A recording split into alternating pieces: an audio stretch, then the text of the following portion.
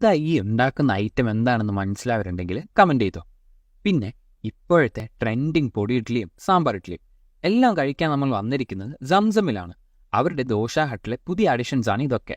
തീർന്നിട്ടില്ല, ഇത് ഇങ്ങോട്ട് നോക്കിയേ. ഈ പുട്ടുകുറ്റിയിലിരുന്ന് റെഡിയാവുന്നത് എന്താണെന്നറിയോ? വെറും പുട്ടല്ല, ഷവർമ പുട്ടാണ്.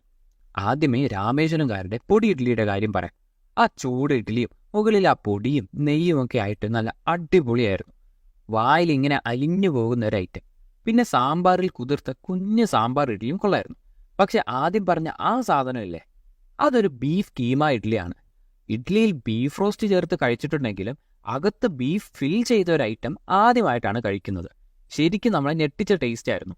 ഫില്ലിംഗ് കുറച്ചുകൂടെ ആയാൽ കൊള്ളാമെന്ന് തോന്നിയെങ്കിലും ടേസ്റ്റിന് ഞങ്ങൾ ഫുൾ മാർക്സും കൊടുക്കും. പിന്നെ ആ പുട്ട് ഷവർമയും നൈസായിരുന്നു. ഇങ്ങനെ കഴിച്ചുകൊണ്ടിരിക്കാം. അപ്പോൾ സംസം ദോശ ഹട്ടിൽ ഈ ബീഫ് ഇഡ്ഡലിയും പൊടി ഇഡ്ഡലിയും ഒക്കെ അവൈലബിൾ ആണ്.